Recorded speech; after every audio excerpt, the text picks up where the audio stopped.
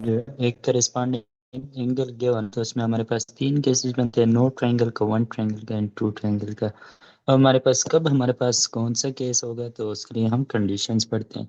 So we have no solution, मतलब we have no triangle.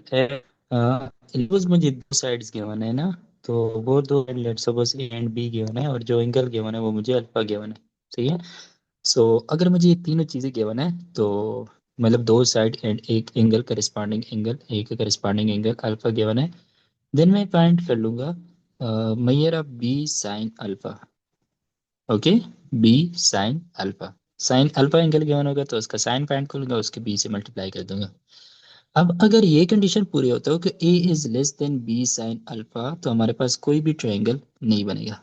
Okay, अगर ये हो कि a is equal to b sine alpha, तब मेरे पास एक ही ट्रायंगल पॉसिबल होगा। या अगर ऐसा हो कि a is greater than or equal to, हमारे पास क्या हो, a is greater than B, तब उस केस में भी हमारे पास, इन दोनों केसेस में हमारे पास क्या होगा, सिर्फ एक ट्रायंगल पॉसिबल होगा। अगर हमारे पास ये कंडीशन हो कि B sine alpha is less than A is less than B, तब हमारे पास क्या होगा, टू सॉल्यूशंस होंगे। सही है। सो नो ट्रायंगल का हमारे पास कंडीशन है कि a is less than B sine alpha.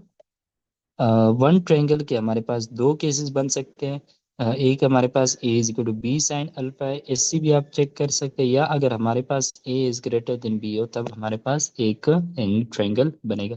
In to triangle का हमारे पास ये है कि B sine alpha is less than A is less than b.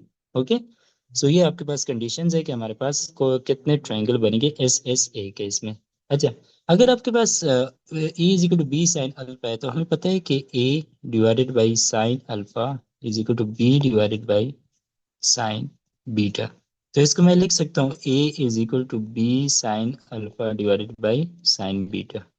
Okay, अब यहाँ पे अगर आप देखिए बी साइन अल्फा और ए इक्वल है, तो ये आपस में कैंसिल आउट हो जाएगी, यहाँ पे वन रह जाएगा। So sine of beta is equal to one, and हमें पता है कि साइन 90 डिग्री वन के इक्वल होता है। इसका मतलब है कि हमारे पास इस केस में क्या होगा, बीटा एंगल 90 डिग्री के इक्वल होगा। सही है। अगर हमारे पास ए is equal to b sine theta है, तो बीटा एंगल हमारे पास 90 होगा। Like sine of beta that is equal to sine of alpha multiply by b, b sine alpha divided by a. अगर ये दोनों आपस में इक्वल होते हैं, is equal to one, this implies that beta is equal to sine inverse of one, तो ये हमारे पास हो जाएगा 90 डिग्री। ओके, अच्छा अब हमारे पास है कि अगर ए साइड बी साइड से इक्वल है, तो ए साइड बी साइड से ग्रेटर है, तो इसका मतलब होगा कि अल्फा एंगल भी बीटा एंगल से ग्रेटर है, एंड साइन अल्फा भी साइन बीटा से ग्रेटर है। ओके, हमारे पास अगर दो एक साइड दूसरे से ग्रेटर है,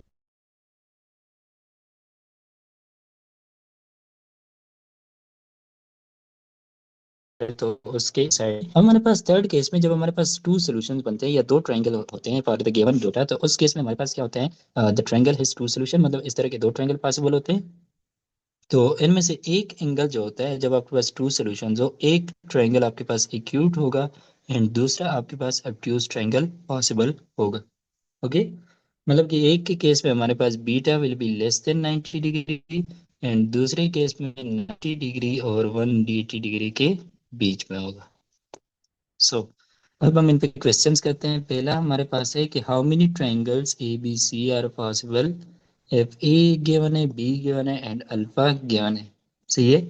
सो हम देख लेते हैं बी साइन अल्फा की वैल्यू हम फाइंड कर लेते हैं। बी साइन अल्फा, बी की वैल्यू है 8 एंड साइन अल्फा की वैल्यू है 5 divided by 13। So this is equal to 40 divided by 13, जो कि 3 से ही 1/3, ये हमारे पास आता है 3 होल एंड 1/3, मतलब 3 प्लस 1/3 की इक्वल। ओके, नाउ आपके पास ए की वैल्यू क्या है, 3। So A is less than B sine alpha. सही है। तो ये हमारे पास कौन सा केस है, नो ट्रायंगल का केस है। ओके, नेक्स्ट क्वेश्चन हमारे पास ये है कि हम how many triangles are possible, A given है, बी गिवन है, अल्फा गिवन है।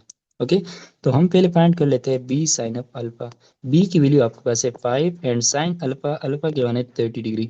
Sign 30 is equal to 1/2, so 5 multiply by 1/2 is equal to 5 divided by 2 which is equal to 2.5। So A की वैल्यू मेरे पास 7 है एंड बी साइन अल्फा इसकी value हमारे पास क्या है, दैट इज इक्वल टू 2.5। तो यहाँ पे आप देख सकते हैं कि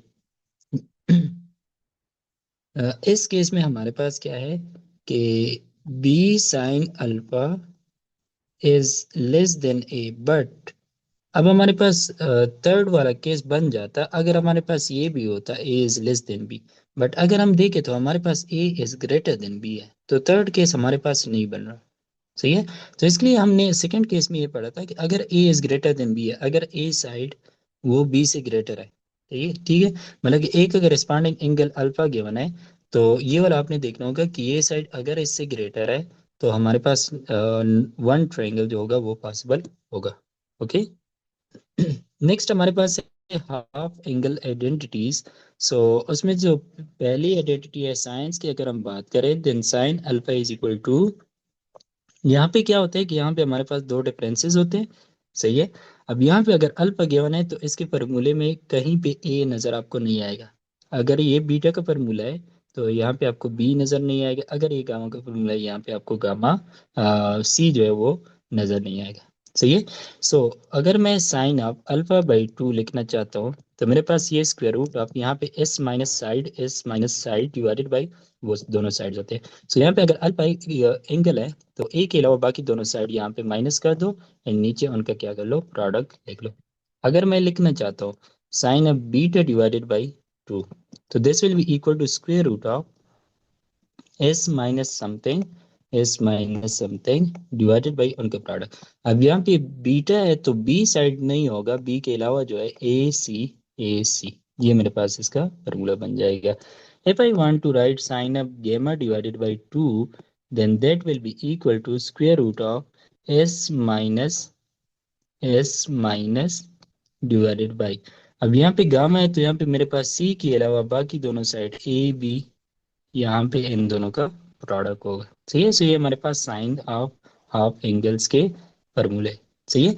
similarly if I want to write for cos, तो कॉस में हमारे पास इस फॉर्म के होता है S into S minus side divided by वो बाकी दोनों साइड। अब यहाँ पे अगर आप देखें अगर अल्फा है तो यहाँ पे जो चीज माइनस हो रही है, एक ही चीज माइनस हो रही है ना, तो आपके पास ए होगा। अगर यहाँ पे अल्फा है तो यहाँ पे ए होगा, अगर यहाँ पे बीटा है तो यहाँ पे बी माइनस होगा, अगर गामा है तो यहाँ पे सी होगा।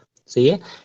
नीचे जिस तरह साइन का होता है उसी तरह आपका काज का भी होता है। So cos alpha will be equal to square root of S, यहाँ पे माइनस में क्या आएगा, ए आएगा। अब नीचे दो चीजों का प्रोडक्ट है तो वो ए नहीं होगा बल्कि आपके पास बी सी होगा।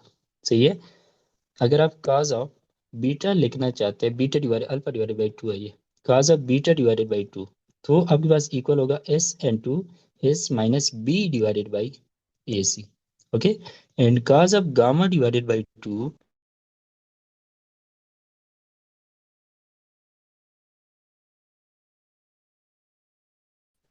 अगर आपके पास एक साइड आ रहा है ना तो इसके करस्पॉन्डिंग होगा। अगर नीचे हमारे पास दो साइड्स का प्रोडक्ट है तो उसके करस्पॉन्डिंग के अलावा बाकी दोनों साइड का प्रोडक्ट होगा, तो ये आपके पास बन जाएगा ए बी। ओके। अब आपको साइन एंड कॉस के पता चल गया तो you can find tangent alpha by 2, like tangent alpha by 2, इसको याद करने की जरूरत नहीं है, ये हम निकाल सकते हैं साइन एंड कॉस के अगर हम याद हो। So tangent alpha by 2 is equal to sine alpha divided by 2 divided by cos alpha divided by 2।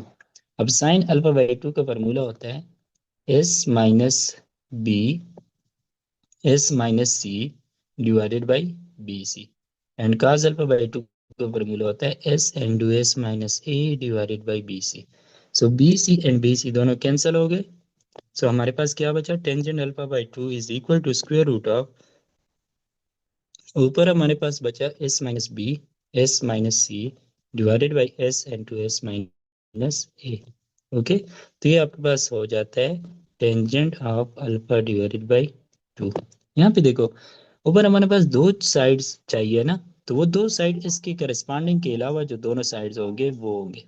नीचे हमारे पास एक ही साइड चाहिए, अगर आपको एक ही साइड लिखना होगा ना, सिर्फ ए चाहिए या बी चाहिए या सी चाहिए, इनमें से आपने डिसाइड करना होगा। तो अगर आपको एक ही चाहिए है तो आपने इसके करस्पॉन्डिंग लेना है, अगर आपको दो चाहिए होते हैं तो आपने इसके करस्पॉन्डिंग के अलावा दोनों लेने। सही है। Let's suppose we want to write tangent of gamma divided by 2, so ये हो जाएगा tangent gamma divided by 2, this is equal to, अब इसका फॉर्म आपको पता है कि S minus some side divided by S into S minus. अब यहाँ पे गामा है ना, अब ऊपर न्यूमरेटर में आप अगर आप देखें, मुझे ये एक चाहिए, ये दो चाहिए, अगर मुझे दो चाहिए तो गामा के करस्पॉन्डिंग सी के अलावा ए बी जो है वो मेरे पास आएंगे, तो यहाँ पे ए आ जाएगा, यहाँ पे बी आ जाएगा। अब नीचे डिनोमिनेटर में मुझे यहाँ पे एक ही साइड चाहिए जो कि मैं इससे माइनस कर लूँ, सही है, तो यहाँ पे एक चाहिए तो वो इसके करस्पॉन्डिंग होगा, तो यहाँ पे मैं सी माइनस करूँगा। ओके, तो ये हमारे पास हाफ एंगल आइडेंटिटीज है, sine theta by two, cos theta by two and tangent theta by two के। ओके, नेक्स्ट ये जो आइडेंटिटीज है इनको हम यहाँ पे एस के फॉर्म में लिखे हुए, अगर हम एस के फॉर्म में नहीं बल्कि जस्ट ए बी सी के फॉर्म में लिखना चाहते हैं तो हमारे पास ये फॉर्म लेते हैं, साइन अल्फा बाई टू, तो यहाँ पे ए स्क्वेयर माइनस बाकी जो दोनों साइड है उनका डिफरेंस का स्क्वायर डिवाइडेड बाई फोर, यहाँ पे जो जिनका डिफरेंस होता है उनका प्रोडक्ट हमारे पास, सही है। मतलब कि अगर ये मेरे पास साइन बीटा होता तो ये वाला बी स्क्वायर आ जाता, यहाँ पे बीटा के अलावा जो बाकी दोनों साइड है ए माइनस सी आ जाती, नीचे इन दोनों का प्रोडक्ट ए सी आ जाता, जो कि मेरे पास ये फॉर्मूला है, सही है। अगर ये साइन गामा बाई टू है तो यहाँ पे सी स्क्वायर आएगा, और सी के अलावा जो बाकी दोनों साइड है ए माइनस बी और नीचे भी इन दोनों का प्रोडक्ट होगा, ठीक है। यहाँ पे आप देख सकते हैं, लेट्स सपोज मैं लिखना चाहता हूँ sine of beta divided by two is equal to square root of, यहाँ पे एक चीज का मैंने स्क्वायर करना है, फिर मैंने माइनस करना है, फिर मैंने दो चीजों का डिफरेंस लेना है, स्क्वायर डिवाइडेड बाई फोर, यहाँ पे मैंने दो चीजों का प्रोडक्ट लिखना है। अब जहां पे आपको एक चीज चाहिए होता है ना, यहाँ पे एक ही चीज चाहिए, तो वो इसका करस्पॉन्डिंग होगा, मतलब वो मेरे पास बी आएगा। ओके, अब यहाँ पे डिफरेंस में मुझे दो साइड्स चाहिए, तो दो साइड बी के अलावा बाकी वाले दोनों साइड होंगे, बीटा के करस्पॉन्डिंग के अलावा बाकी दोनों साइड, तो ए एंड सी हो सकते हैं, सही है।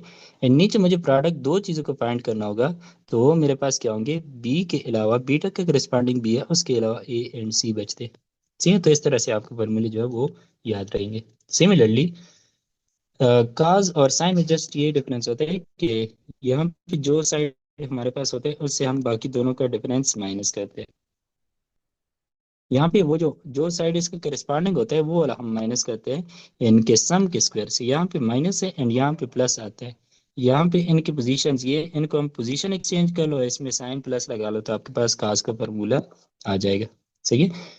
लेट्स सपोज हमारे पास आपको साइन के फार्मूले आपने याद कर लिए, जस्ट आपने इसमें साइन के फार्मूले याद करने हैं, सो आपने लिखना है cos of beta divided by two and term of A B C आपने लिखना है।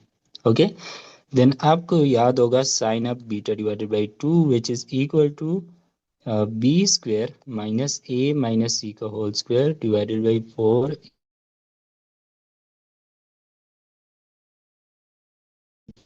ए सी का